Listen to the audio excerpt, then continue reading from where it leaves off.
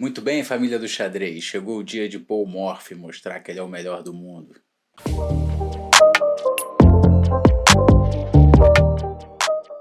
Pessoal, no final do ano de 1858, finalmente Andersen terminou seu ano letivo como professor de matemáticas na Alemanha e pôde ir para a França aceitar o convite de Paul Morphy. E então Paul Morphy teve a oportunidade de desafiar o então melhor jogador daquela época, depois do Stoughton, mas o Stoughton não quis jogar, então não pôde provar que ele era o melhor, talvez não fosse.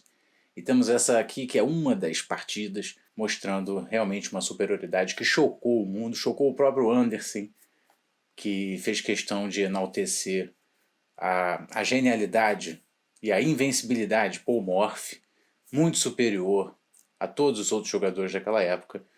E não pensem que foi um passeio do Paul Morphy, não. Olhando a partida até parece um passeio.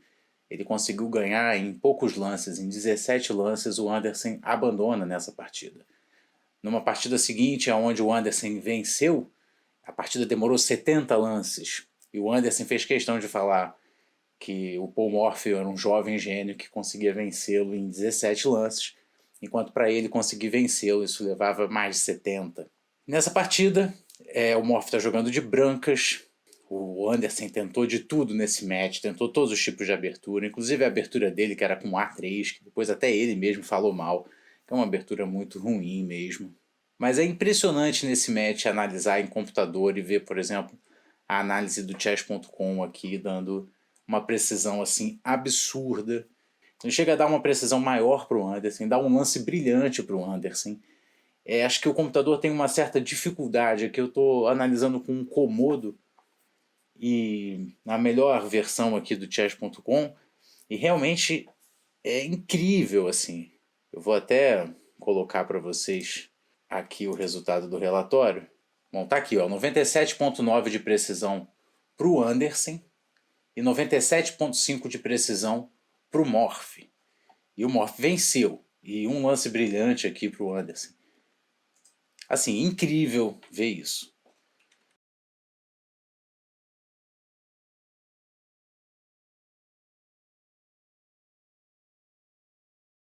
Aqui, o Morphy de brancas saiu com peão de rei, como era clássico que ele jogasse uma abertura de peão de rei com E4, um jogador que tinha muito talento nas posições abertas.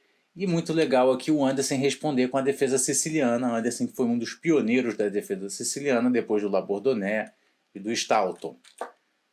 Morphy segue desenvolvendo. A linha tradicional, quem joga siciliano online hoje sabe que hoje em dia isso é o que mais vai aparecer. Cavalo F3, seguido de cavalo C6. E depois de D4, tem a troca. C toma D4, cavalo toma D4. E aqui E6, a variante time A9.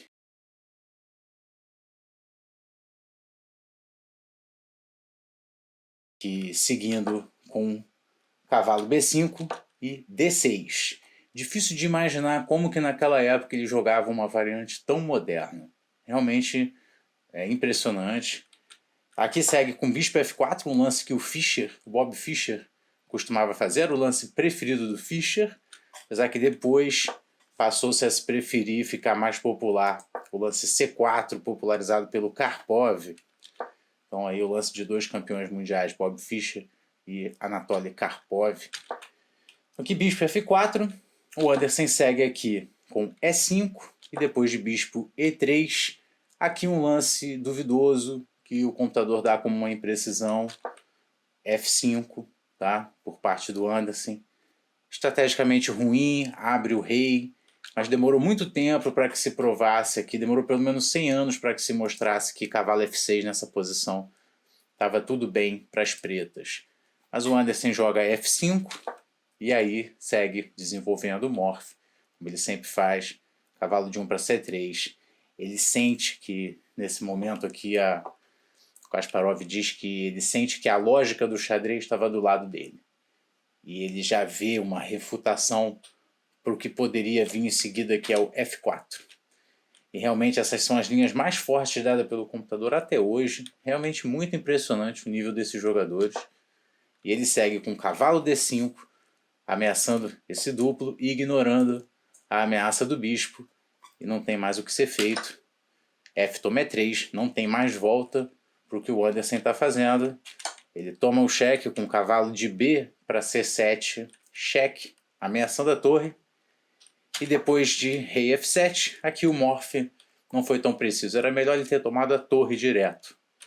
Ele preferiu seguir com dama F3. Era mais forte tomar a dama, a torre direto. Mas a gente não vai entrar nessas variantes. Vem cavalo F6, saindo do cheque. E depois de bispo C4 desenvolvendo e já ameaçando aqui um cheque descoberto com o salto do cavalo.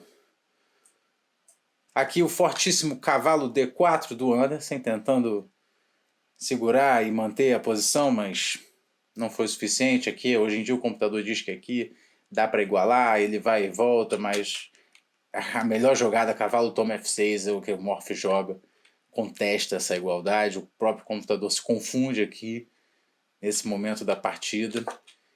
E aí vem D5, muito forte também, uma jogada muito forte do Anderson, já levando o computador a querer dar uma posição de igualdade.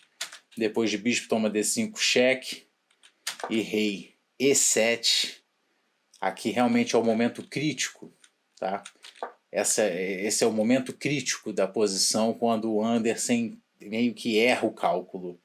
Aqui ele deveria ter fugido, mas ele acho que ele imaginou. Ele achou que simplesmente ia ser dama H5, ele ia vir rei a toma F6 e depois de dama F7 ele ia poder jogar o rei para G5 de volta. Não foi isso que o Morph fez. Ao invés de jogar dama F7, ele primeiro abre a coluna F com um ataque fulminante. Não tem mais o que fazer aqui. É muito forte a vantagem das brancas.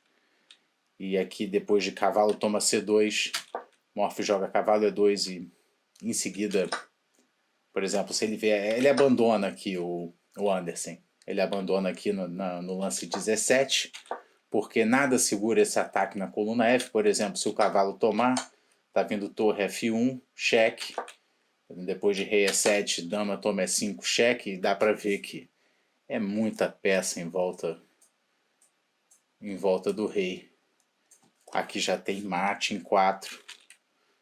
Porque depois de rei D7, bispo E6, cheque, rei C6, torre C1, rei B6, dama B5 é checkmate. E o Morph, como a gente sabe, era o rei das posições abertas. Essa rede de mate aqui, esse mate coordenado, era molezinha para o nosso amigo Paul Morph, cujas partidas são sempre um prazer de assistir. E nessa daqui ele se consagrou. Foi uma das partidas do match contra o Anderson, onde ele se consagrou o melhor jogador da época. Vocês não imaginam o que aconteceu depois disso. Ele foi laureado assim, no mundo inteiro.